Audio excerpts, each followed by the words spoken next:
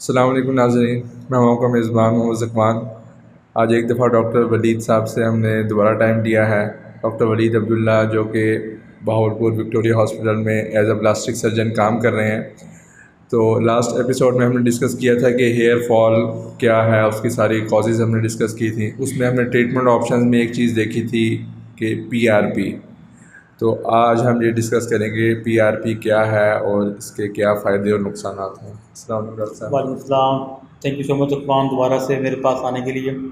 और जो आपका सवाल है पीआरपी का, तो पीआरपी इज़ द एक्रोनिम या short form of platelet rich plasma. Platelet rich plasma, तो ये इस बेसिकली एक ट्रीटमेंट ऑप्शन है हेयर फॉल को स्टॉप करने के लिए। ठीक है, क्या ये नई टेक्निक है या पहले से इस्तेमाल हो रही है? ये बहुत पुरानी टेक्निक है। बहुत बहुत पुरानी टेक्निक है हेयर फॉल के लिए, जो है वो अब स्टार्ट हुई है पिछले कोई 10 12 20 सालों के अंदर, लेकिन वैसे ये बहुत पुरानी टेक्निक है। अच्छा, अब पीआरपी जो है, जो सिर्फ क्या हेयर फॉल के लिए ही की जाती है?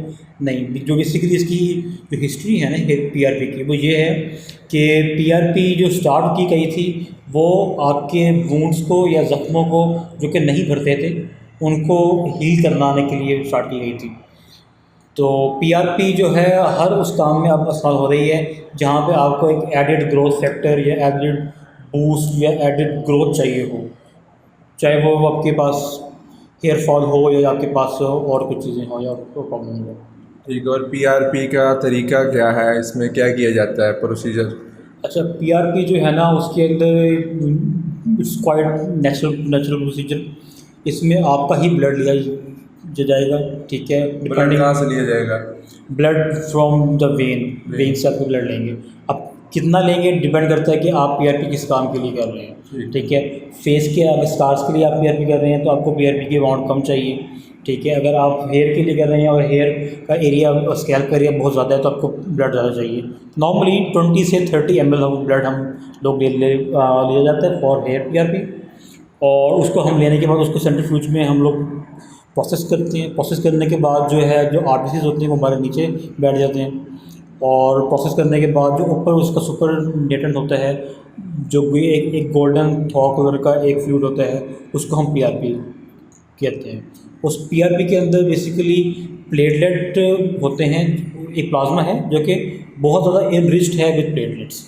ठीक है, अब वो हमने निकाल लिया, प्लाज्मा निकाल लिया, प्लेटेड रिच प्लाज्मा, तो अब उसको क्या करेंगे? अब प्लेटलेट रिच प्लाज्मा जो है ना उसको हमने वहाँ से बाहर निकाला, और उसके बाद हम लोग जहाँ जहाँ पे हमें एक्सटेंडेड रिपेयर चाहिए, या हम चाहते हैं कि जहाँ पे हमारा हेयर फॉल ज़्यादा हो रहा है उसको हम लोग स्टॉप करें, या हमारे बाल गिर चुके हैं वहाँ पे ज़्यादा बाल आएँ, उस टूट फूट का अमल जो हो चुका है उसको रिवर्स करने के लिए, स्टॉप करने के लिए, हीलिंग को प्रमोट करने के लिए हमने उस जगह के ऊपर उसको लोकली इंजेक्ट करना है। ठीक है, और ये सेफ़ है या जो है इसके कोई साइड इफ़ेक्ट्स वगैरह भी हैं? पीआरपी जो कि आपका अपना ही ब्लड लिया लिया जाता है और आपका ही अपना सारा कुछ होता है इसके अंदर, कोई बाहर से सिंथेटिक चीज़ नहीं ऐड होती, तो इट्स क्वाइट सेफ। ठीक है, और इसके दौरान जैसे आपने बताया कि इंजेक्ट करते हैं तो इसमें पेन होता है या पहले एनेस्थीसिया वगैरह दिया जाता है? इसकी काफ़ी सारी टेक्निक्स हैं। कुछ पेन के ज़रिए भी पीआरपी की जाती है। उसके अंदर ये है कि हम लोग नमिंग क्रीम का इस्तेमाल कर सकते हैं। उसके अलावा उसके इफ़ेक्ट कुछ कम हैं। जो नॉर्मल जो हमारा क्लासिकल वे है उसके अंदर हम लोग with the help of injection हम लोग पीआरपी को इंजेक्ट करते हैं, जिस लेयर में हमारे हेयर फॉलिकल होते हैं उसके अंदर। उसके लिए ये करते हैं कि हम लोग अपने जो स्कैल्प का एरिया जहाँ हमने लगानी है उसको हम लोग लोकली एनेस्थेसाइज हम लोग कर लेते हैं, ताकि हम बाद में आराम से अपना ट्रीटमेंट पूरा उसके ऊपर हम लोग कर सकें। अच्छा, एक पेशेंट है, वो आपके पास आ गया, वो कहता है कि मेरा पीआरपी करें, तो उसके लिए कोई टेस्ट है, कोई आपको टेस्ट करेंगे कि वो एलिजिबल है उसके लिए या नहीं है? तो उसमें ये है कि ना जो हेयर स्कैल्प है उसका मुकम्मल मुआयना किया जाता है। प्रॉपर एक हिस्ट्री होती है कि जो हेयर फॉल उसका हो रहा है वो कब से हो रहा है, क्या उसकी है, क्या कॉज है उसकी।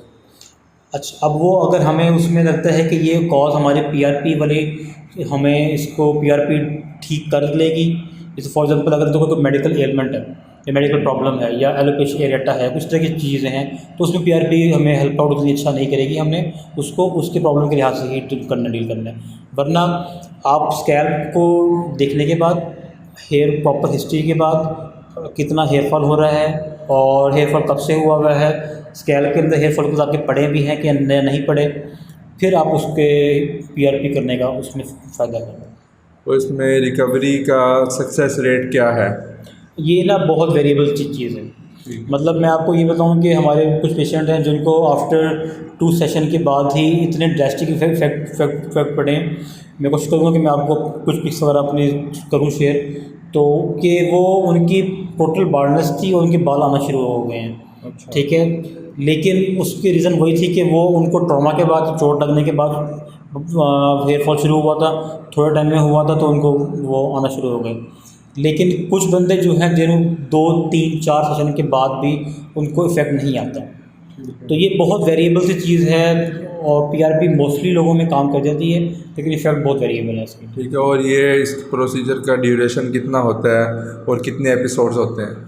नॉर्मली जो रिकमेंडेशंस हैं वो ये है कि आपके 3 सेशन होंगे आफ्टर 1 मंथ के बाद, फिर आपके नेक्स्ट सेशन जो होंगे वो 3 मंथ के बाद, 6 मंथ के बाद, साल के साल एक दफ़ा आपने करा लिया। या कभी आपको हेयर फॉल बहुत ज़्यादा अगर तेज़ी से आ रहा है तो आपने करा लिया, वरना टू स्टार्ट विद आपने 3 सेशन जो हैं एटलीस्ट आपने 1 मंथ के बाद आपने कराने हैं। साथ में जो ट्रीटमेंट होता है वो आप साथ साथ लेते रहेंगे और फिर आप साल के साल एक दफ़ा पीआरपी आप करा लें।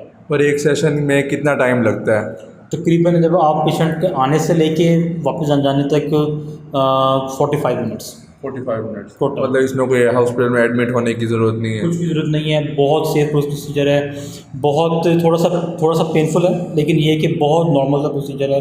जिस तरह नॉर्मल आप उसको लेंगे, आप आएंगे, आपका ब्लड सैंपल लिया जाएगा, 15 से 20 मिनट के अंदर वो प्रिपेयर होगा, आपको नर्व ब्लॉक लगाया जाएगा, नर्व ब्लॉक लगाने के बाद 10 से 15 मिनट के अंदर जो है वो आपको सारा पीआरपी जो है आपकी जो प्रॉब्लमेटिक जगह है जहाँ पे आपके हेयर फॉल हुए वहाँ पे उसको इंजेक्ट कर देंगे और यार then you are good to go.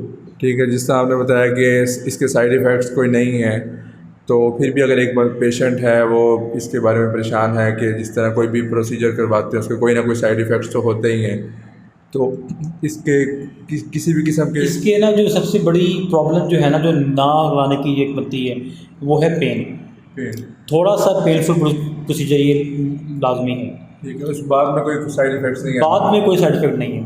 ठीक है। बाद के अंदर क्योंकि टोटल नेचुरली तो वही वाली बात वगैरह कि आप जो नॉर्मल ऑयल लगा रहे हो तो ऑयल लगाने का भी तो कोई साइड इफेक्ट नहीं है, तो ये बहुत नॉर्मल चीज़ है, कोई मिनिमली इन्वेसिव है। ठीक है, हम लोग कोई बहुत अंदर नहीं जा रहे हैं, सिर्फ उस लेयर पे जहाँ पे हमारे हेयर फॉलिकल होते हैं वहीं पे हम लोग पीआरपी को इंजेक्ट कर रहे हैं, तो ये बाद में सेफ है। थोड़ा सा पेनफुल प्रोसीजर है, उसको भी हम लोग पेन लेस करने के लिए, पेन फ्री करने के लिए डिफरेंट टेक्निक्स हम लोग यूज़ करते हैं कि हम लोग वाइब्रेटर का इस्तेमाल करते हैं, नर्व ब्लॉक लगाते हैं, आइसिंग का इस्तेमाल करते हैं, तो कम्बिनेशन ऑफ 2 और 3 चीज़ों के साथ ना वो प्रोसीजर भी काफ़ी हमारा पेन फ्री हो जाएगा। और इसके अलावा अगर कोई पेशेंट आपके पास आता है तो आप हर किसी को रिफ्यूज़ भी करते हैं कि किसी को कोई और एलिमेंट चल रही है, फॉर एग्जांपल एनीमिया या इस तरह की, और कौन कौन सी ऐसी चीज़ें हैं जिसमें आप पेशेंट को कहते हैं कि आप एलिजिबल नहीं हैं, आप अपनी एलिमेंट ट्रीट करके आएँ, आप लाइफ टाइम ही करवा नहीं सकते, ऐसा कुछ है? नहीं, लाइफ टाइम का कोई ख़ास प्रॉब्लम नहीं है। हाँ, कुछ लोग होते हैं जिसको हीमोफीलिया वगैरह है, जिनमें क्लॉटिंग प्रोफाइल के प्रॉब्लम्स हैं, उनके अंदर क्योंकि हमने उसमें मल्टीपल पंक्चर्स हमने करने हैं, तो depending upon their clotting profile हम लोग उससे उनको ये होता है कि आप बेहतर है कि आप मेडिकल ट्रीटमेंट यूज़ कर लें, उससे ही आपको होपफुली इफेक्ट आ जाएगा। अच्छा, बाकी जो चीज़ें हैं ना कि हम लोग बाकी उनके में नहीं कर सकते कॉज, अगर तो किसी की कॉज जिस तरह फीमेल्स के अंदर मोस्ट कॉमन कॉज जो है वो आपकी आयरन की डेफिशिएंसी है, तो अगर आयरन डेफिशिएंसी से और उस आयरन का पूरा ट्रीटमेंट करने से हेयर फॉल आपका स्टॉप हो सकता है, तो there is no need to go for PRP. ठीक है, आप ऐसे पेशेंट्स को आप उसको एडवाइस कर देंगे कि आपको ज़रूरत नहीं है, आपको ज़रूरत नहीं है, आपकी जो कॉज है आप उस कॉज को ठीक करें, आपकी वजह से ही हेयर फॉल आपका स्टॉप हो जाएगा। ठीक है, और अगर वो चीज़ें आपका कोई नहीं है, जनरलाइज्ड एक है ड्यू टू लाइफ स्ट्रेसेस या due to diet, sleep wakes cycle जो है वो आपका ठीक नहीं है, हार्मोनल आपका है जो है या जेनेटिक्स हैं, तो उन सब के लिए पीआरपी है, वरना कॉज को ट्रीट करना ज़्यादा ज़रूरी है। ठीक है। और एक और टर्म इस्तेमाल होती है स्टेम सेल थेरेपी, उसमें और पीआरपी में कोई फ़र्क है? उसमें और पीआरपी में बहुत फ़र्क है। ठीक है। उसमें जो स्टेम सेल थेरेपी है ये एक न्यू थेरेपी है। उसके अंदर बेसिकली स्टेम सेल्स आपके ड्राइव किए जा जाते हैं फ्रॉम योर फॉलिकल्स या फ्रॉम योर फैट सेल्स। वो उसके रिज़ल्ट इससे ज़्यादा अच्छे हैं, लेकिन वो इससे ज़रा ज़्यादा इन्वेसिव है। ठीक है, उसके लिए फिर हम कोई नेक्स्ट सेशन में डिस्कस करेंगे उसको डिटेल। और पीआरपी के बारे में सारी इन्फॉर्मेशन मिल गई। अब ये है कि एक बंदा विलिंग भी है, सब कुछ है। अब बात आ जाती है कि कॉस्ट की। तो पहले तो ये बताएं कि गवर्नमेंट सेटअप्स में इजीली अवेलेबल है ये फैसिलिटी, और उसके बाद अगर गवर्नमेंट सेटअप में कोई बंदा नहीं करवाना चाह रहा है या उसको अवेलेबल नहीं है तो प्राइवेट सेटअप में इसकी कितनी कॉस्ट आ जाती है? अच्छा, अब इसमें जहाँ तक गवर्नमेंट की बात है तो जो कॉस्मेटिक प्रोसीजर्स हैं वो गवर्नमेंट हमारी कवर नहीं करती। ठीक है। पीआरपी हम लोग वार्ड्स में करते हैं, लेकिन ज़ख्मों के लिए, वूंड्स के लिए, जो कि इसका मेन काम पहले था, जो अभी भी है। लेकिन फॉर हेयर फॉल के लिए हम लोग नहीं करते, क्योंकि वो पाकिस्तान के हेल्थ डिलीवरी सिस्टम में ही नहीं है। ठीक है, इस तरीके से हेयर ट्रांसप्लांट पाकिस्तान के हेल्थ डिलीवरी सिस्टम में तो नहीं है, लेकिन क्योंकि हेयर ट्रांसप्लांट जिन लोगों का करना बनता है उनके लिए बहुत बड़ी प्रॉब्लम भी होती है, सब कुछ है, लेकिन एक पाकिस्तान की हेल्थ डिलीवरी सिस्टम में वो चीज़ नहीं है। कॉस्मेटिक की प्रॉब्लम डील करना नहीं है, तो वो कॉस्मेटिकली कॉमन सेक्टर में तो नहीं है। और सेहत कार्ड के थ्रू भी नहीं हो रहा? सेहत कार्ड में भी इसका कोई फ़िलहाल अभी तक कोई इसका नहीं है। ठीक है। और प्राइवेट सेटअप में इसके क्या एस्टिमेटेड कॉस्ट कितनी है? ये बहुत वेरिएबल सा एक सवाल है, उसमें हर किसी की अपनी टेक्निक्स हैं, लेकिन जो एक नॉर्मल रेंज आपको बता सकते हैं वो 10,000 से अबव, 10,000 के अराउंड या उससे अबव। मेन इसमें जो जितनी वेरिएबिलिटी है वो यही है कि हर किसी का पीआरपी को बनाने का तरीका डिफरेंट है। पीआरपी जो है वो उसके अंदर वो जो सीरम वगैरह कुछ लोग ऐड करते हैं वो डिफरेंट है। पीआरपी को बनाने के लिए कुछ स्पेशलाइज्ड फाइल इस्तेमाल करते हैं, वही 10,000 रुपये की आती हैं। तो अगर आप उसकी तरफ जाते हैं तो आपकी 2 वाल जाएंगी 20,000 रुपये का, वो सिर्फ वाइल्स आ गई, और बाकी 10-15 हज़ार रुपये आप और लगा लें। तो ये एक वेरिएबल सी चीज़ है, लेकिन आप राउंड रखें कि 10,000 के आसपास कुछ जो अगर हम करें क्लासिकल कैसे करें तो 10,000 से कुछ कम भी आपकी ट्रीटमेंट हो जाती है। ठीक है डॉक्टर साहब, आपका बहुत बहुत शुक्रिया, आपने इतना सारा टाइम दिया।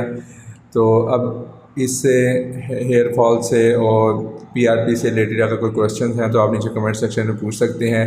मज़ीद इस तरह की वीडियोस के लिए डॉक्टर साहब के यूट्यूब चैनल पर जा सकते हैं, नीचे लिंक मैं डिस्क्रिप्शन में दे दूँगा। डॉक्टर वलीद अब्दुल्ला के नाम से यूट्यूब पे चैनल है। और इसके अलावा अगर इस तरह की और वीडियोस आप चाहते हैं तो नीचे कमेंट सेक्शन में बताएं कि कौन कौन से टॉपिक्स पर नेक्स्ट वीडियोस बना सकते हैं। शुक्रिया।